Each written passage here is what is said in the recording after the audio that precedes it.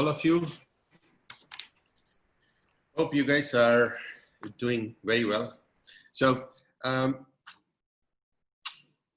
why hope? I mean, this is an interactive session. How are you guys doing today? You can raise your hands. We'll also know whether you... Perfect. We have over 300 guys today here, and over 100 raised their hands. So 100 are feeling good, 200 are not. Let's do a quick poll to see, to get a little more insights. Guys, you get 30-40 seconds to fill this up. It's in front of you. Yeah, how are you guys feeling today? Give an honest feedback, yeah? So we are not going to judge you based on this feedback. This is just to feel, to make it more interactive and understand how things are with you guys today. Good. So I'm ending the poll to, it's so about, you know, I'm sharing the results as well here right away, right? You know, 122 people are feeling good, and 83, only 83 people are feeling cheerful. Let's see how it changes over the course of time, okay? Now, coming to the, you know, today's topic of, you know, the games, right? Our mind plays with us. What do we mean by this? Is these results have been shared, isn't it? Yes, yeah. Yeah, so have you ever felt that you want to do some things in life, but you're not able to, your mind is not allowing you to do that. You want to go to the gym or wake up early, your mind is not allowing you to do that. Right, at the same time, sometimes you seem to forget people, you know. Did it ever occur to any of you that you forgot your wife's or girlfriend's name? Or forgot the anniversary date or their birthdays? Or another interesting scenario, there is, you're so anxious about something that you're not able to sleep. Or you're worrying about something and you're not able to sleep. You're thinking all through the night. It happens to me several times. Or sometimes you're not able to focus on things, and then you're procrastinating, and you know, I'll do it tomorrow, and that tomorrow never comes. Did this happen to you anytime? How many of you guys are saying yes? You can, okay, I'm going to first lower all hands, okay? Okay, how many of you think are saying yes to all these points? Yeah. So, or you guys are angry. Suddenly you get, you know, anger for some silly reason. Does this ever happen to you? You can raise your hands if it happened to you anytime, right? Or, you know, you are in an important meeting and you wanted to, you have to listen to it very attentively, but your mind is wandering here and there, your thoughts, you know, going all over the place, but not the conversation. Does this ever happen to you? Looks like about only 80 people have these issues. Rest of you are all fine? Yeah, so that's good. Then you may not as well listen to this, because this is a session which will address most of these problems. Not this session alone. I mean, you know, it's just a small session, may not address, but makes you think, makes you aware of how your mind plays the games with you. But there is one caveat. This only works, this session only works if you have an attention of a young child You know, the young children, they grab everything, right? The knowledge, they soak it in, right? That attention span is needed to make full use of this session. What do I mean by that is, you know, why do we need that, right? I mean, we are all engineers or, you know, highly accomplished guys, and we can understand anything easily, right? Isn't it? But this subject is different. We are not taught this subject. We are not electrical or a computer science engineers where we are 4 years trained, and before that we learned mathematics, we learned, you know, physics and various subjects, but we haven't learned this subject. So what happens? Suddenly you go into a Sanskrit or a guy's astronaut speaking and on some matter on the moon. You won't be able to understand a thing. This is the same. It looks easy, but this is the same. This requires undivided attention and curiosity to actually get the benefits out of it. My life with Sridharan started, you know, in Himalayas, and we used to go for walks. And I used to listen to his lectures, and I found them to be quite stressful. 20-minute lecture used to make me think the whole night. And the next day morning, when we go out on a walk, I used to ask him follow-on questions, right? And then think over again. So that 20-minute lecture made me spend another 50 hours to learn, understand, learn, and implement it in my life. Yeah. So that's what gets you the full benefits of this session. And with that, over to Sridharan. Thank you, Sridharan Garu, for making time. I know you are sought after all over the world, and you know, you could make time for us today. Look forward to hearing you. Thank you. And it was wonderful listening to you, Sridhar, as to a brief introduction, not about even the questions you asked were very relevant, and the audience poll also, I'm glad they are participative. And that's why we always say lectures from others will be of no use unless you lecture to yourself. So have that receptivity, and as Sridhar was mentioning, you should be like a blotting paper. You absorb more, childlike attitude, which means there's no preconceived notions. Your mind is free or receptive. So as the topic is the games your mind plays with you. And let me tell you, mind is playing various games in our life, and it is winning hands down. It's winning hands down. The thing is, we are a helpless victim of this game, which quite a few lose, and maybe many lose, and quite a few make or win.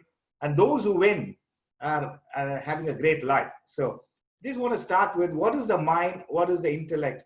Mind is where mind and intellect are your inner personality. Your physical body is the outer personality.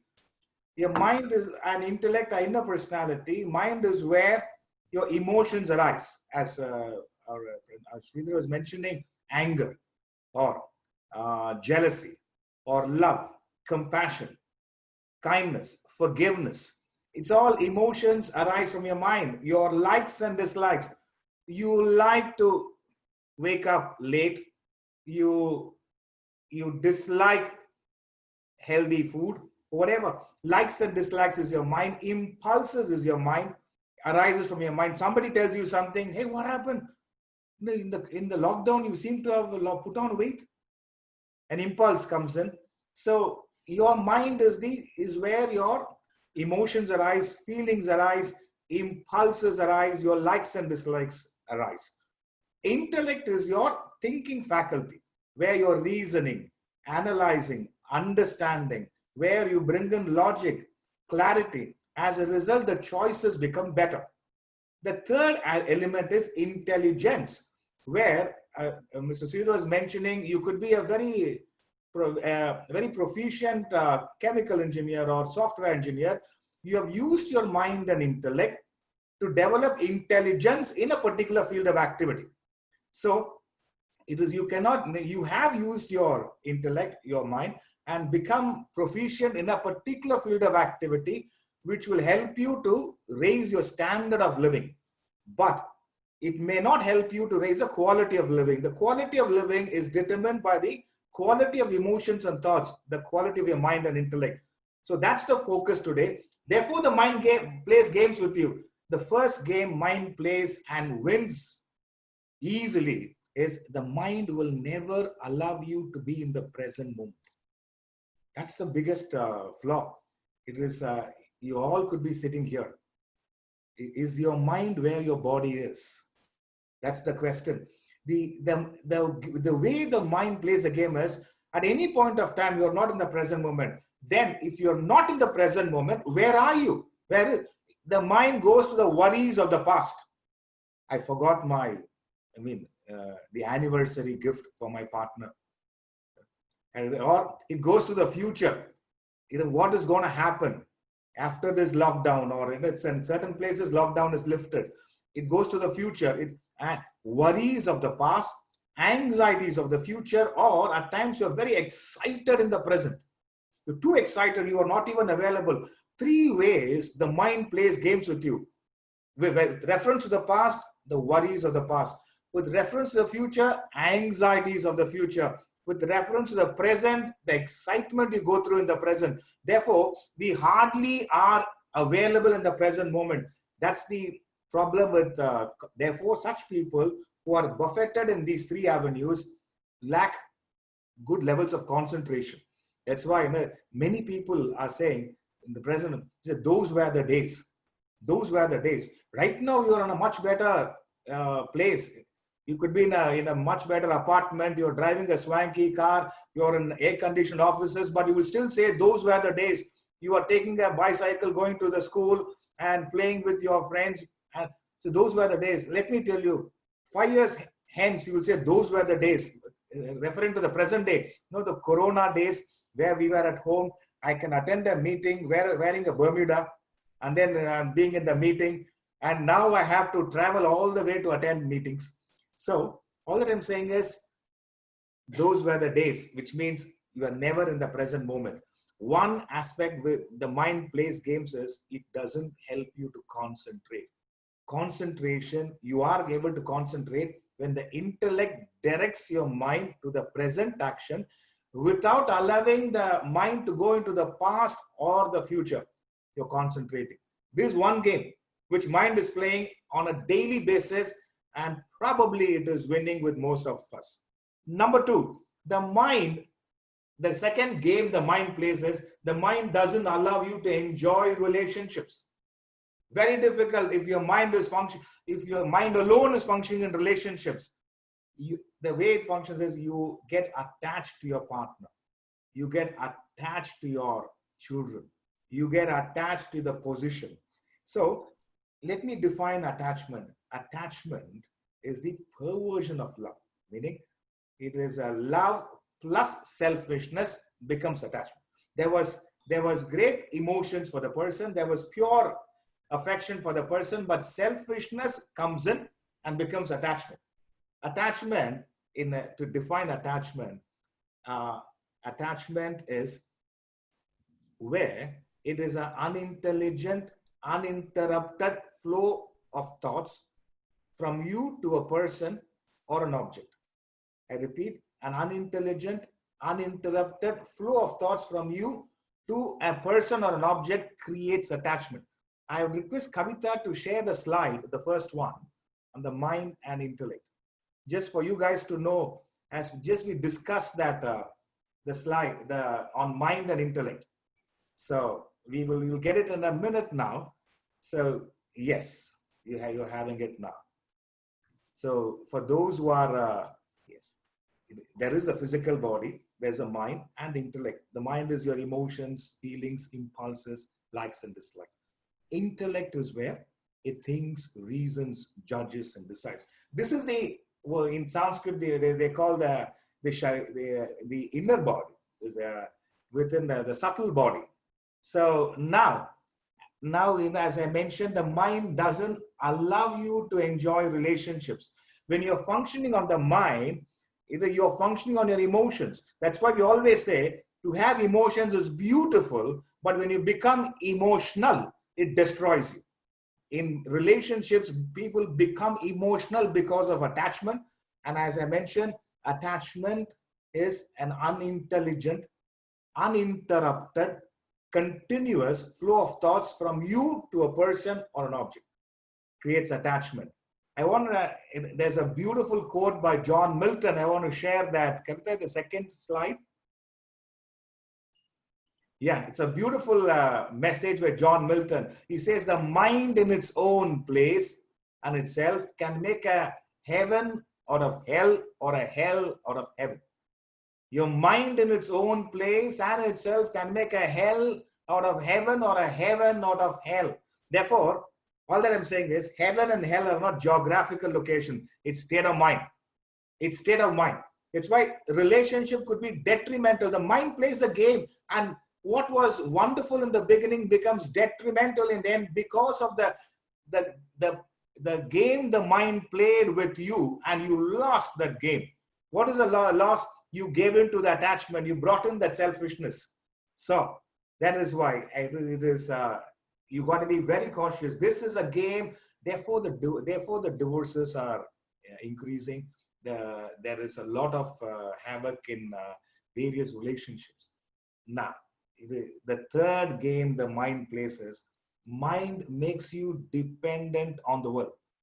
You can remove take out the slide, Kavita. Yeah, the mind makes you dependent on the world. Meaning it makes you, if you're functioning on the mind, the nature of the mind is to hold on, is to cling on to certain things. Like therefore, you make yourself dependent on your work, on your wealth, on the positions you have gained. See, reason being, you derive validation, recognition from the position you are in, the wealth you have gathered, the relationships you have. So you derive validation, recognition from that source. Therefore, you minus that source, it looks almost empty. You minus that position, you feel empty. You minus the wealth you've gathered, you feel empty. That's why dependency makes you a slave, a victim. And dependency means you're not in control of your life. You have allowed the control in various other to various other sources. So this is a mind this is a game which mind is playing, and that's why you always say, don't define your life with just one role. Don't define your life with just one role. We all have multiple roles. The quality of life becomes better when you play all your roles to the best of your ability. None of us can play all roles to the best. You are an employee, you are an employer, you are a spouse, you are a parent to your children, you are a child to your parents, you are a brother or sister to your siblings, you are a friend to your friend, you are a colleague in your work, you are a citizen of a country, you are a social service person. So various roles we have. Let's not define our role with let's not define our life with just one role, which makes you dependent, and you minus that role. It's very difficult. That's why I always say work on other roles also. So it's essential. Mind makes you dependent, and once you are dependent, you are not in control of your happiness. The others can dictate terms to you as far as how happy you can be, or they can make you miserable. So this is the third game which your mind is playing. The next game the mind plays and again wins hands down is the mind never keeps you satisfied. See, I'm a big believer you have to have greater goals, but the mind, it is like a loop. You think you're going to fulfill a desire. Once you fulfill a desire, you don't actually transcend a desire, you upgrade a desire. This is where a very fine line the thin line of difference between aspiration and obsession. And when the mind makes you obsessed and creates or brings in the greed, and that destroys you. It's not your goal that destroys you. It's not the desire that destroys you. A desire which was noble enough, but you became obsessive of it. You brought that obsessive nature, enhanced the greed, and greed destroys us. Now, all the problems in the economic lockdown, economic recession, you will always find they say greed. It was a great ambition, but it has become greed when the mind comes in. But when you bring in the intellect, it's different. It remains as aspiration. So, and the last one is the last one which the mind is playing games and many people are losing it. The mind gets bored. When I say get, the law of diminishing value functions. Law of diminishing value functions. Anything any sense object you interact, there is a joy. It's like right now the mango season in India. You have not had mangoes for a while. I didn't have mangoes for almost 9 months or maybe more than that. The first time you consume mangoes when the season starts, great pleasure. You have it for lunch, you have it for dinner. By the time third or fourth day, I'm tired of mangoes. Law of diminishing value functions. It could be in relationships, it could be in work. Not only that, it is not only mind gets bored. Once it gets bored, it seeks variety. That's the single reason for all affairs, friends. Mind getting bored, and as a result, the mind seeking variety, and as a result, affairs and all you give into all the other negative aspects. So watch out, friends. So these are some of the games. There are many games mind plays. I'm repeating it. Mind will never allow you to be in the present moment. It goes to the worries of the past or anxieties of the future or excitement in the present. Next, the mind never allows you to enjoy your relationships. It pollutes you with selfishness. It makes you get attached. As a result, you become emotional. In fact, any person having attachment has a lot of emotional drama and for nothing at all. And that's the game mind plays. Then mind makes you dependent on a position, on a person, and you are not in control of your happiness. Then as a mind another game, mind will never keep you satisfied. I mean, again, the clarification is I'm a big believer. You're doing 1,000 crores, you should do 20,000 crores. That's not, there is no taboo to your ambition, but do not make it a greed. Do not get into a state of where the so-called ambition has become obsession and obsession has become greed. And now somehow I have to do it. And that's why. And then, yeah. I have a lot of questions coming up. Yes. Yeah. I'm just going to, few minutes, I'm going to conclude in that. Yeah. And as again, mind gets bored and seeks variety. Not good, friends. Not good. And therefore, mind plus intelligence creates ego. Mind plus intelligence creates ego. And we have this understanding of ego. Ego, ego, is exaggerated glorification of oneself. Mind plus intelligence. You have a strong mind and you are intelligent in a particular field of activity and people all praise you. Sir, it's all because of you. You develop ego. But if you're using your mind properly with the intellect, mind plus intelligence plus a strong intellect creates humility. Humility is the most beautiful quality, friends. So you have intelligence, but you also have a strong intellect, which creates humility. A few minutes, I'm going to highlight how to develop the intellect. Kavita, can you share the third slide? Yes. A great message by Shakespeare in the play Hamlet. He says, to thine own self be true.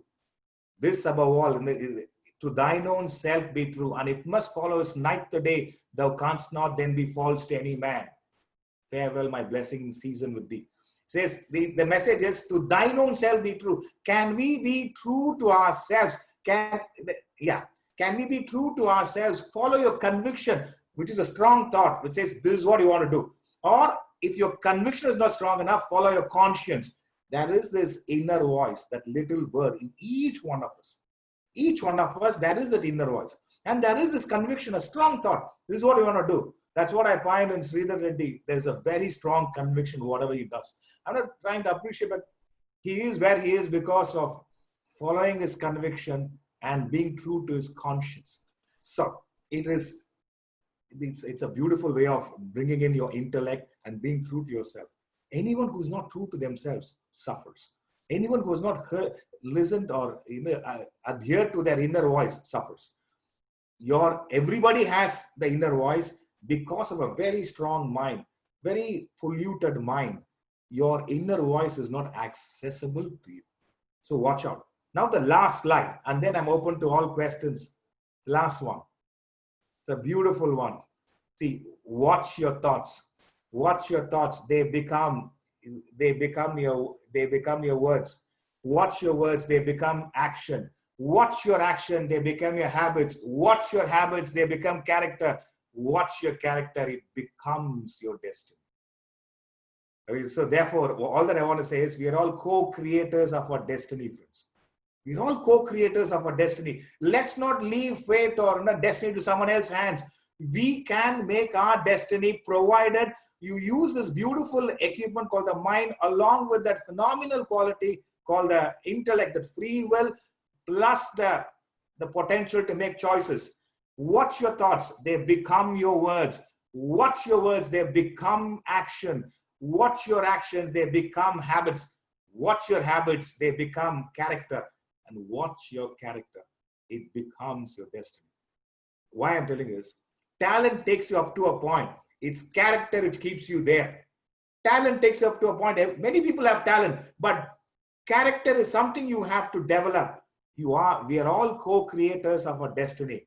And I'm telling you, as we started off with that, with the quote of John Milton, your mind in its own place. Kavita, can you just put that again? The second one. Your mind in its own place can make a heaven out of hell, or a hell out of a heaven. Friends, let us make this life as heaven. Let us make this life beautiful. Let us make our life counted. So I'm wishing you all. Now it's on to Sridhar Reddy. Not to me. I've been going through your lecture. I mean, you touched upon many topics, made me thinking, and I have a lot of questions coming. You said being present, right? And our mind does not allow us to be in the present, right?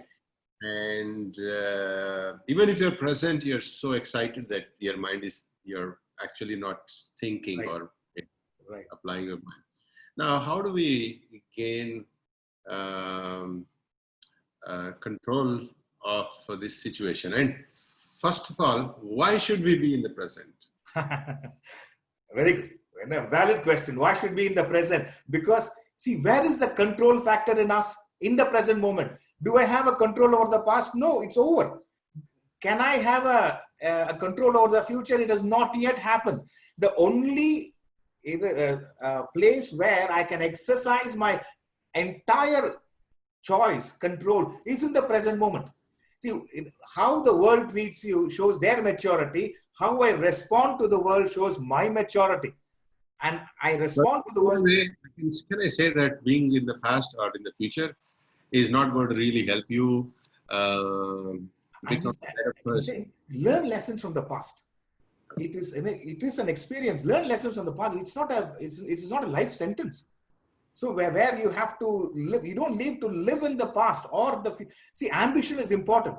I'm saying you need an ambition. You need a higher ambition, a goal, and you learned lessons from the past, but the entire focus is on the present moment. I'm not saying discount the past or the future. You are very well looked into it, but I can't do anything about the past. What can I do about the future? How well I execute the present moment, present action will determine my future. That's why I say yeah, I get that. So to in a nutshell, I can say that being present is the best way to live our life. Yes. To make sure that whatever lessons we learned from the past can be implemented now, so that we get a future. Correct. Right? So worrying about the past is not going to get you anything. Instead, it will make your future also brighter. So the wisest things to do is to just focus on the present and do your best in the current. Yeah. Another topic you talked about is emotions, right? You said having emotions is okay, but being emotional is a game the mind plays with you. So, I mean, people say that, look, Sridhar, you don't have emotions, right? You are, I'm a bit confused because people blame me that I don't have emotions, for example, and you said it may not be a good thing to be emotional. Can you give me a little more clarity on it? The problem with most people is they understand emotions only through expression. It is only when you express your emotion, they think you have emotions. You may have a lot of emotions. We may not express it. The problem is certain people by nature are not expressive. That doesn't mean they don't have emotion. It is so a person. Therefore, let's not go by others. The emotions, along with the intellect, along with some clarity, becomes pure. Emotions by itself. That's why I say there is to a partner. There's a lot of affection, kindness, concern, but selfishness comes in. You are mine and mine alone. And I'm saying it is in a relationship and comes in, and then comes the jealousy, then comes the fear, then comes anger. So then, because of that, we give in to anger. You give in to fear. That's when the emotional drama happens. So it is, that's why, see, to have emotions is beautiful. But let's understand each one has their own baggage. They come with it. So it is, express your emotions in the form of gratitude. Or I remember still when I came to your office many years ago, there was a gratitude wall. And that was stunning. I still remember the gratitude wall in your office, where the number of people, your employees, express their gratitude to their departmental head. And I've seen many people expressing gratitude towards you there. It was a huge wall. I thought that was the best painting I've seen, instead of having any other painting. So expressing gratitude. Remove that painting now. Sorry. Yeah. I know. I thought it was brilliant. It's brilliant to have the gratitude wall. So it is express gratitude. See, expressing gratitude. Let's understand certain people need expression. To them, let's express.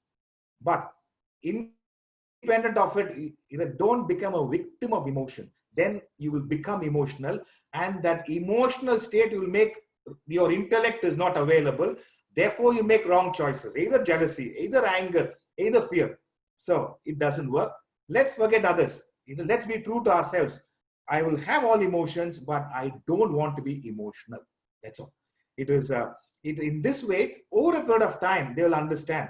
See, that's why I say all those people who attend my lectures, we have this a prayer first thing in the morning when you wake up.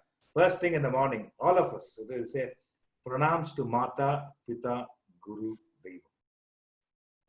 My gratitude, my prostrations to my mother, father, my Guru, and the Almighty. You don't need to say anything else. That's enough. That is enough. If you may say, will it work? Try it every day. Try it every day. I tried. It works. It works wonderful. That's right. And it works. In the morning. I do it in the morning. I wake up. I get into the work mode as soon as I get up. But before going to bed, I take a few seconds how lucky I am, and how grateful I am for my parents, for my friends, for work that I do, and that actually miracles. It does miracles to my sleep, and I can't express it, but I think it's any pure emotions. They won't know any pure emotion is difficult to express. Morning gratitude when you wake up, before you go to bed, a sense of thankfulness. it could have been a difficult thing. I survived. I survived. I mean, the thankfulness. And it is in that way, it was, so these are pure emotions. And once you have all these things, forgiveness and so many other beautiful qualities comes in, but it is, let's assess certain people need expression. That's why even in the corporate sector, they look for validation. You appreciate a person, fantastic work, you appreciate it. They need that kind of an incentive, an impetus, even for children. Great job, guys, you have done fantastic. But it is, so we give it, it is so when needed, but it is more an internal phenomenon. So how do we stop ourselves becoming emotional? Where the tricks to, Right. all of us know anger is bad, being, emotional is bad, and being jealous is bad. And how do we, See, if you observe, any experience plus non-acceptance is a negative emotion. Any experience or a person plus non-acceptance is a negative emotion. And a certain behavior plus non-acceptance becomes anger. What do you mean by non-acceptance? It is you don't accept their behavior. It is, you go to a restaurant, you order the food and they get something else. The non-acceptance of that action creates anger. If you are there, all that you want is to have a nice time with your partner and enjoying the view and everything. And you said, sir, sorry, this was available, I got it. It's okay. Acceptance. Where there is acceptance, you don't give in to a negative emotion.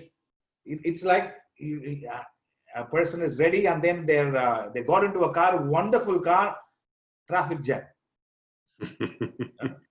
And experience traffic jam plus non-acceptance. What is he doing it could be driving a Maserati or a Porsche Cayenne. He's banging the steering. Yeah. And why can't you guys move? Screaming. Anger. What's the other way to deal with the same situation? Sorry? If you were there in that situation, how do you deal with it? If I'm there in the situation, I'll take the mobile and call Sridhar Reddy. I have another 10 minutes.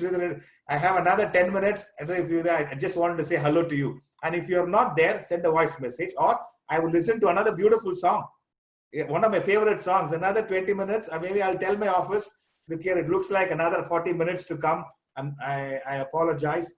Another 30 minutes stuck in the traffic jam. Either I listen to the favorite songs, or I'll call up my old friends whom I have not spoken for a while. Hey guys, how are you? I just want to say hello to you. That's it. An experience plus acceptance, I convert negative anger into a positive experience.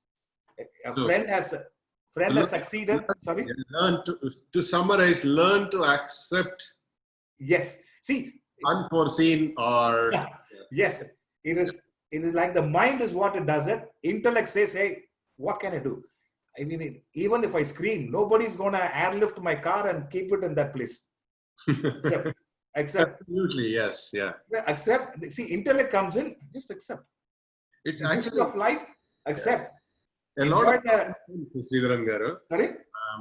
A lot of common sense that, if I shout, I am going to feel irritated and I'm going to spoil myself. It's a classic example of you can make heaven out of a hell or a hell out of a heaven, right? That's, see, at that time you may listen to old song and I say, you may feel very nice. Lovely song I used to hear during my college days. You're hearing it. And actually you have spent the time, and when you go to work, it's a very different mindset. You understand, sorry guys, I really apologize. And then, you're getting to the meeting, it's fine. Otherwise, initially you'll blame the traffic, you will blame, and then I've known people getting annoyed. So that doesn't work. So that's emotional drama. That's becoming emotional. Got it. So you said about dependency in relationships, right? And which is a cause for a lot of issues. But, or attachment, right? You get attached to your son no matter what. Right. Or your spouse, or your girlfriend. right? You know, Correct. you right, and but you said that it may not be good. So See, the thing looks is, like a little bit of conflicting here. I anticipated this question because, see, when I say dependency, we are all codependent. We are codependent on our partner, on a child, on your son or your parents. We are codependent. When you are completely dependent, meaning we derive happiness or pleasure from their presence. Why I'm telling you, no object or a person can give you, service you with happiness or pleasure all the time. So you will be in for surprises. Dependency, you understand? So we are codependent. You're codependent. See, all that I'm saying is in relationships, you can cherish a relationship. You can never own a relationship. You're there and you're in a beautiful beach resort. You go out in the morning. You want to take a sun bath, and you're lying there, and the person someone else is lying there, and he turns around and says, Sridhar, the sun which is up there, I own it. And what would you say? I mean, you will take your towel and your thing and go and rest on some other place. You are allowed to cherish the sun. You're not allowed to own the sun. You're allowed to cherish your relationships. You're allowed to cherish your partner. You're allowed to relish your children. You're not allowed to own them. Khalil Gibran, a great saint, a poet and a philosopher, says, your children come through you, not from you. They have their own plans, their own ideas. So let's cherish relationships. Let's not attempt to own them. When you want to own them, that is when you want them to behave in a way you think is right. They will behave in the way what they want. But there must be a discipline. I'm saying there must be a discipline. They should use their intellect and not be a victim of their habits. So in certain relationships where you have an obligation, cherish it, educate them, and it is there, and they have to understand it and pursue. Moment you bring in the ownership, what happens? You expect them to behave in a way you think is right, and that is how it is. And again, going back to that, yes, if you don't accept, then you get agitated. Correct. It's non-acceptance. Yeah. So it's their life, and you should let them do it. All you can do is educate them, draw a line between enjoying with them, their company, and expecting them to do. Correct. Correct. Don't want them to behave in the way that you want, and then you are happy. Correct. I always say, happily get along or peacefully get away. Happily get along. Amazing insight, Sridhar Garu. One more thing that you touched upon, I was making notes when you were. How many of you guys are making notes? So, I said, right, this is, for me, a new subject, a new technology is so easy to get it, right? But this is something which actually you need to study, practice, I have spent a lot of time with Mr. Sridharan, but still, this lecture he gave today, I had to write. And I still have doubts. So this subject, the more you dig, the bigger and bigger, the knowledge that you keep on getting. Right? So you talked about don't depend on one role. Can you a little bit more elaborate on that? When you define your life with one role, you minus that role, you feel empty. You feel empty. So that's why I say develop the quality of life is determined by various roles played to your best. The role of an employer or employee, role of a spouse, and other roles. See, nobody can do all roles to their best. But I mean, it is that in simple terms, if one role precedes over other roles, you can't switch off. At work, you're a CEO. When you come back from work, the potential to switch off from that role and switch on to another role will happen, provided you value other roles in life. The role of a CEO is important, but you also value the role of a parent, the role of a partner, the role of a son. The equal or more importance is given. Therefore, you are there. You are mentally available, not just physically, mentally available. But if you consider one role far more important than any other role, that will consume the whole day. There are certain times it has to consume, but all the time, it's like, you are developing the biceps, but other parts of the body you have not done. It will not look good. That doesn't determine health. Health is determined by all aspects of your body well utilized. So value other roles as well. I always say when it comes to parenting, I said any other role, you get 100 chances. In business, in any other role, 100 chances. Parenting, you don't get a second chance. You don't get a second chance. So value other roles as well. Associate value to other roles. Then what happens? It's like a person never values physical health. After a mild heart attack, every day morning he is jogging or walking. And so what happened? How did you find time now? No, health is very important. But you are all the time traveling. Even if he travels and arrives in the hotel at 6 a.m. in the morning, you go for a half an hour walk. How? Now it's a priority. Now he associates value. After what? After a heart attack. So associate right values. Work is important. Do not define your life with one role. See, suicides happen. All the depression happens. They associate with one role. One role. So in that way, understand the importance of various roles. See, we may not understand it now. Over a period of time, you'll understand. Over a period of anybody, that says, I should have. It did happen to me. I had only one role when I was very young. When all my friends were having a great time at the university, so I took up my first company, building first company when I was 18 plus. And all I did was only single role I did for a long period of time. Right. That is, building the company. And, but, this is my question to you. If I had not done that, there would not have been a company. Correct. Right? I agree. Sorry? Now, whereas you said you need to be,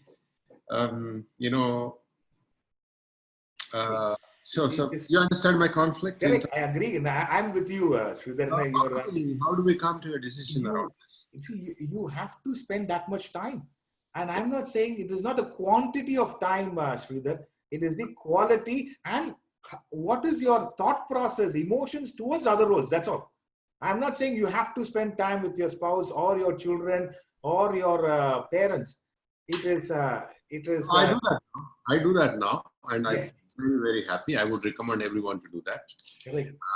So today, very rarely that I take home the problems. Now the office and home is the same. It's a little more.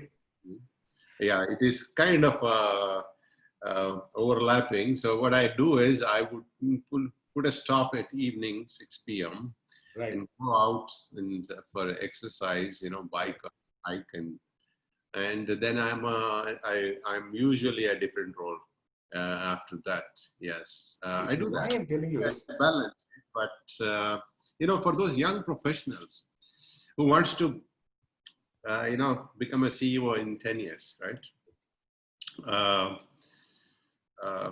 How do they balance and then still achieve that? They have to understand when you come out of that role and get into other roles and then get back into the role of an employee, you are better off because there is a certain sense of calmness you derive through other roles. It is then you get back all the time thinking, see, once in a way it may happen. I'm saying there are times when you're into a project where you're immersed 20 hours a day, maybe for a few months but that cannot be the person's life all the time. It will have an impact on other roles of your life. And certain roles you cannot repair over a period of time. So therefore, young as they are, if they understand that it also requires time and effort. Or they should communicate with that person that, look here, and give me another 2 years of my time because I'm going to be focused on it, but I'm there with you. So there's some kind of communication should be there, understanding should be there. Then eventually they get back into it. So if the neglect of it would be detrimental. But understanding, communication, maybe they are aware. In fact, the spouse also, the partner also can say, hey, why are you working so hard? It's okay. Even if you get that villa after 3-4 years, it's fine. Don't strain yourself. Don't strain yourself. So that awareness, understanding, communication early in life. This is what happens when you have a strong intellect. It is mind alone. The mind likes to work. Sometimes they escape other problems and other roles and then get into work. Why are you working 18 hours? Go back home. It's a lot of problem. So I'll rather be here and work here. So it's not an escapism. No, they don't have to have any problems at home once they understand how the mind works. Yeah, and if their partner are trained, I don't think there is a need for avoiding that. Yeah, and another beautiful topic you touched upon today.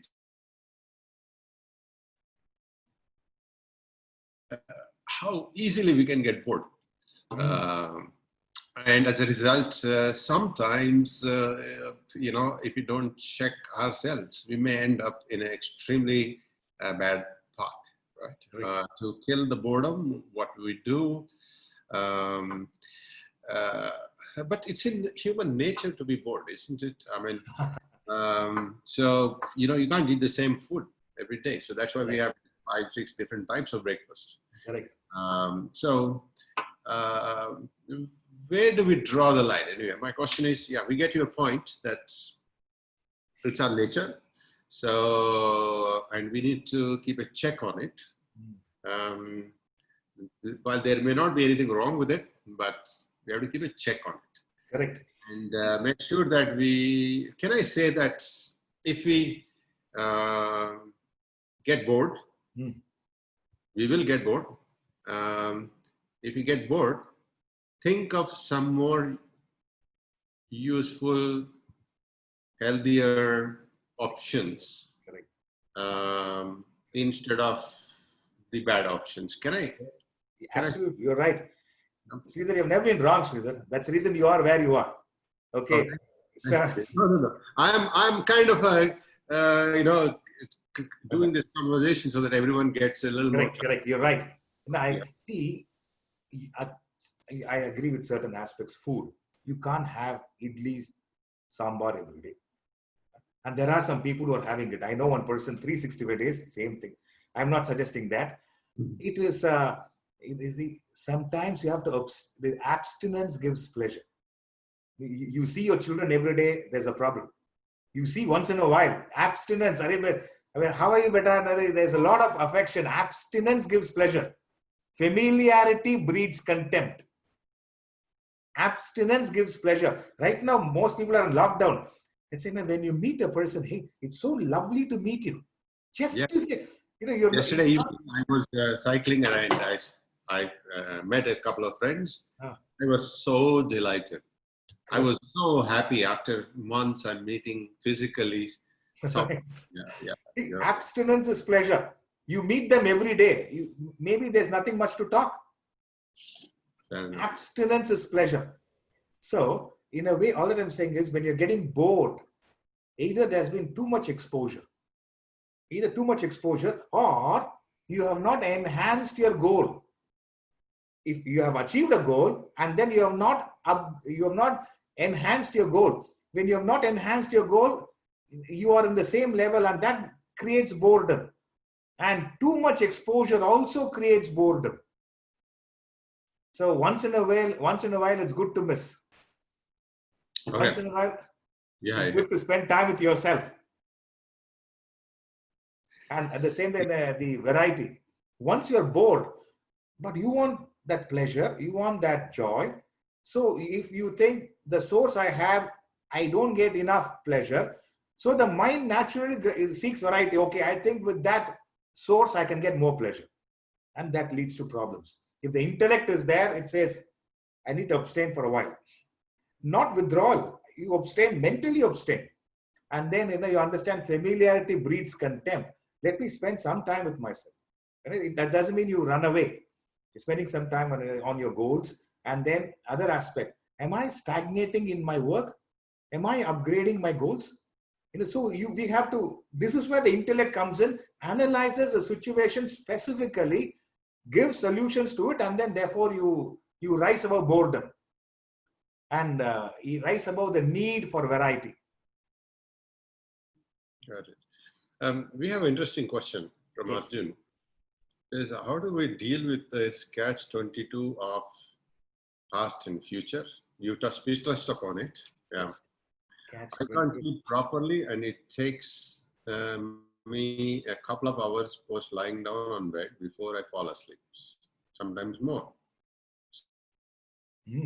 That's not right, Arjun. I mean, you're talking about, is it Arjun's question? Over this time, I'm not able to try quitting again. Any suggestions? With so many ideas, so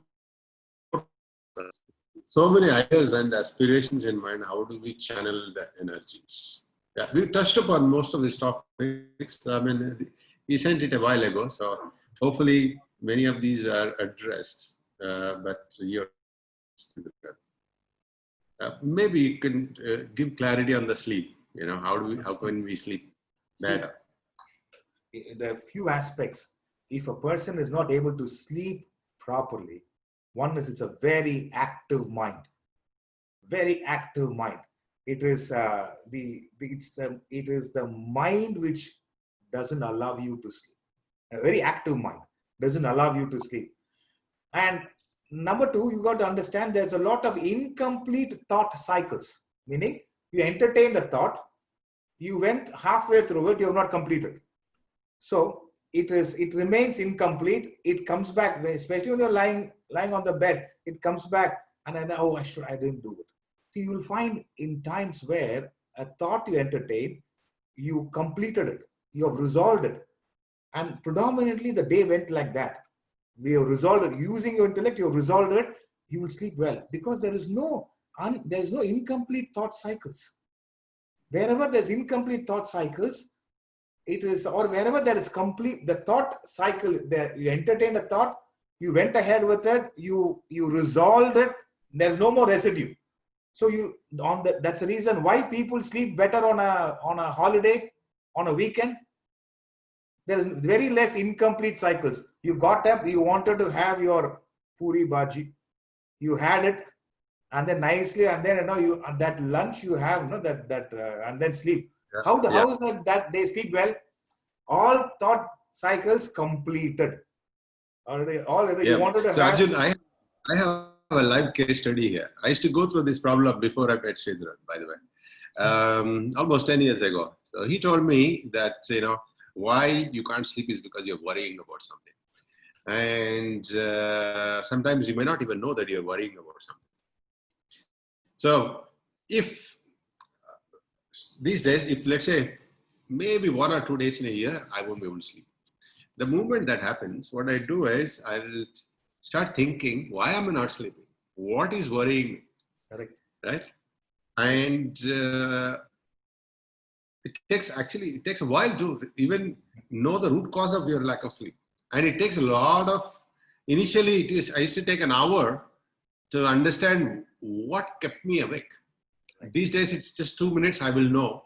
I train myself to know what is causing me lack of sleep. And then what I do is I immediately start another advice from Sridharan. I immediately start working on it. I take a decision that, okay, this is making me worry and I'm going to address it first thing in the morning tomorrow. Or there's incomplete thought, as Mr. Sridharan said, that there's some transaction during the day which happened. However, it was not complete. I needed to do some things. I need to take a decision. So I will, in the middle of the night, I will take that decision. After that, I sleep like a baby. Right. Excellent. Right? That's From it. 1 hour to 2 minutes. Fabulous, Sridhar. Fabulous. So I fix the problem in about. That requires celebration. Yeah. So yeah, we got to train ourselves, and yeah, this is a live case study, Arjun. We have over 47 questions. Guys, you may have to attend a lot more sessions. Sridharan does. I'll ask Kavita to send you. He does. Now the world has become smaller. You can reach online with him, and Kavita will send you how to do that. Yeah. In fact, tomorrow we have on, the next Wednesday we have on a special lecture on anger. Anger. And tomorrow evening we have a lecture on the leadership lessons from Bhagavad Gita. Yeah. So there's one question. Yes. Okay. Srinivasan, is there a combination of physical and mental regimen that one can gradually get disciplined into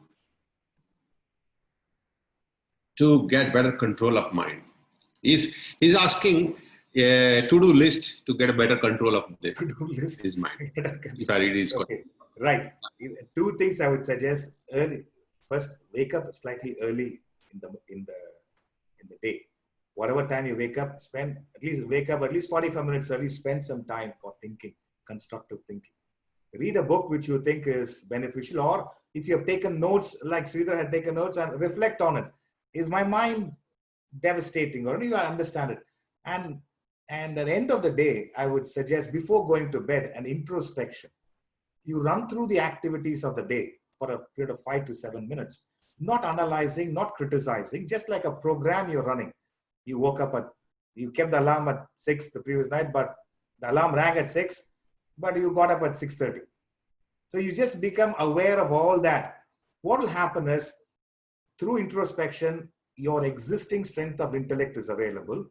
And through your reflection, contemplation, you enhance the strength of intellect.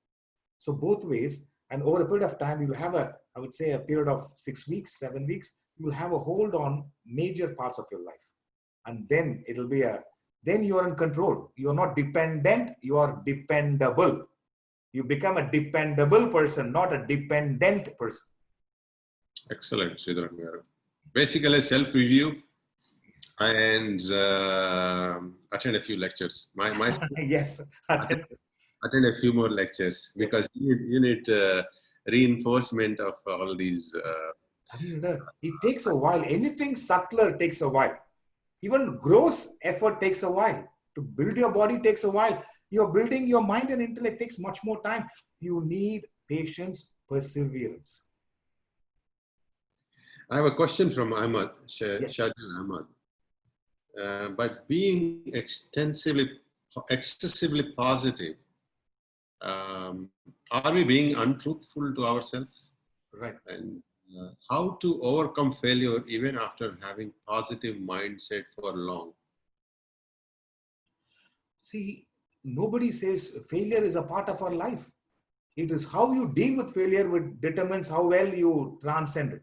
Another is, I'm not saying all the time be positive. I'll say cautiously positive. Positivity is more an attitude, but there what you have to focus on process excellence. The process excellence is there. The positive attitude is, I will do my best. That's all the positive attitude.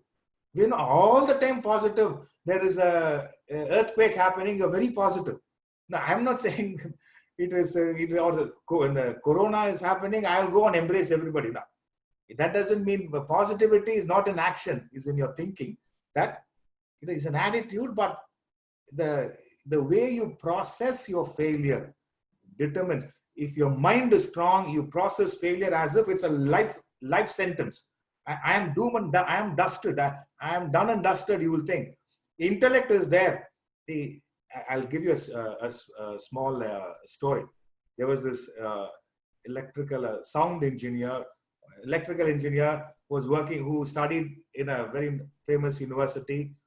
He applied for a job in Philips for the post of a sound engineer. He was rejected, and he thought it was a failure. And he worked on himself. And then then the friend said, "Hey, let's start something." And then they started a business on their own. After 30 years, he sent a letter to the person who rejected him in Philips. He said, "Thank you for rejecting me." And because you rejected me, I worked on myself. I improved on myself. I didn't take it as a failure. I didn't take it as a setback. I took a no as the next opportunity. And then I worked on myself. I established my own company. That was a Bose sound system. The Bose sound system. And he said, if you had employed me at that time, I would have been just another average sound engineer. Thank you for rejecting me, he said. So it is how you process failure. If the intellect is strong enough, you process failure in a very, in a matured way. I'm not saying all the time positive. In a matured way, you understand that I have to work on myself a little more, and then I venture into it. In fact, let me tell you, failures are good.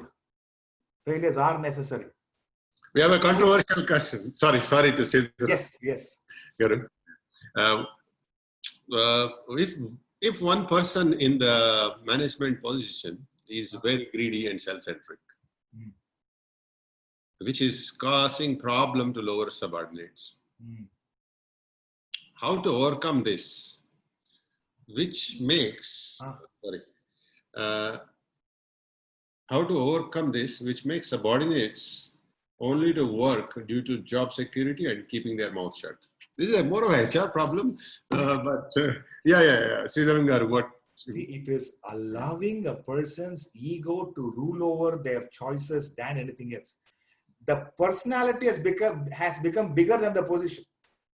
That's the reason they think these are all the wrong notions they have. Either they've been disciplined that way by force, by compulsion, by fear, by screaming and shouting, or by creating a certain sense of insecurity. They think this is what works. It may work for a very short period of time, but it will not work in the longer run. And you may find so-called action level it works, but at the level of the mind and intellect it doesn't work. Eventually it destroys an organization, the individual. Therefore, this person has to be educated. Look here, it seems to have worked at a certain stage, but you can't employ the same thing with certain people. It is you not only you gonna break, this is where their ego, they have to set aside their ego. They have become too rigid. Mind is too strong there. Mind and intelligence creates an ego. Therefore, what this person should do now, Sridharan? They have to understand it is a question of time they'll collapse. It is a question of time they collapse. In fact, if they listen to somebody whom they have faith, trust. They say, hey, look here, you think you have brought in results, yes, but that is not going to help all the time. They are working out of fear. They are working out of sheer job security. And this is not the way, or the leader should have, if you ask me, the leader should have it's a moral obligation of a leader to pull up such a person. Look here, you are a resource. You are a great resource to the organization, but now you are becoming a liability by being this way. You were a resource, you are an asset for a certain period of time. Now you are almost bordering on a liability. And since we have got benefited through your actions, we want to suggest to you that try and work on this. I want you to be an asset. I don't want to be a liability. If it is bordering on liability, eventually we have to let go. Therefore, it is you have in a way you have to cajole their ego and get it done. Otherwise, you got to be tough on them. Because they were an asset. They are bordering on a liability now. And when it is not only that, along with them, few others also will leave. So you got to be. This is where the role of a CEO comes in. The objective. They say, look here, we are only trying to correct an action of yours. We are not against you. You are an asset, and we are not against you. We are only certain actions towards certain people. We are trying to highlight, and can you correct it? Yeah. Then you'll come back to be an asset. I think this situation, probably what Mr. Sridharan is saying is that it needs to be brought to the notice. You can have a direct discussion with your boss, or you can take HR intervention. I'm giving a corporate language, Sridharan. Yeah. What Mr. Sridharan is saying is address it. Yeah, Face it. so you can ask for HR intervention or to discuss. Sometimes you could be right, it could be wrong. If it is right, if you're right, then the boss needs to be corrected. If you're wrong, at least you know that you are thinking wrong, and you may need correction. Either way, it has to be addressed.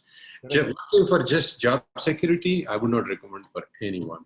You should enjoy the work. That's the only way you can contribute towards it. There's no way you will excel or you will be happy if you are working for the sake of a paycheck.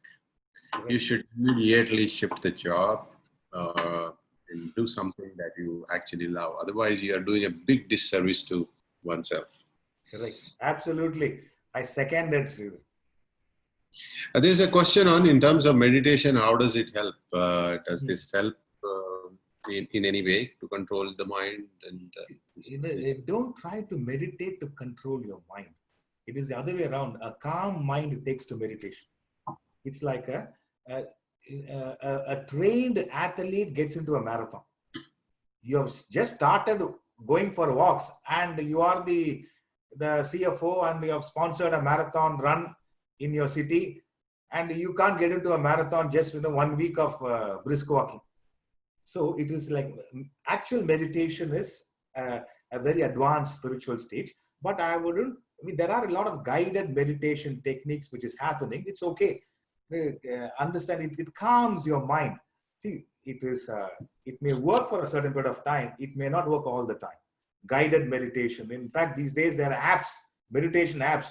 You read it is, and then we understand the subtle controls the gross. The gross cannot control subtle. Amazing insight, Sridharan Garu.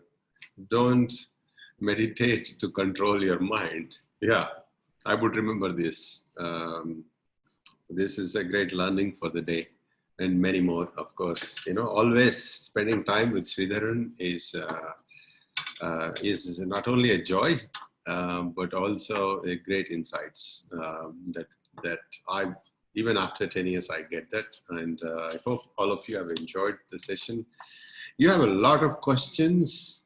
Controlling the mind is, we've taken at least one step today towards that. It's not an easy subject. It takes years of knowledge and then practice, right? So I would say reflect upon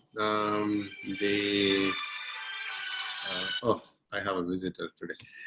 Reflect upon and think about this session today, and any further questions, you can always reach out, but I would strongly recommend attend more lectures from Mr. Sridharan, and that will get you, you need at least about 10 hours to go towards, a learning of at least 10-15 hours of listening and actively thinking about it into 10x to kind of, but the effort will be worth it. Boys and girls, ladies and gentlemen, it will definitely be worth it. Your life will definitely change after that. Thank you for attending, and thank you very much, Sridharan Garu. Amazing. I thoroughly enjoyed. Hope you had a good time. Always we enjoy the presence of your team, and it's a wonderful, progressive, enthusiastic team. So thank you, and wishing you all well, and hope to see you in some other platform or in the same platform some other time. Thank you. Thank you very much. Soon we'll do one more session soon. Yes, we will. Okay. All right. See you. Thank you. Thank you very much. Thank you, Kavita and Sirisha, for the efforts. Thank you. Okay. Okay. Yes.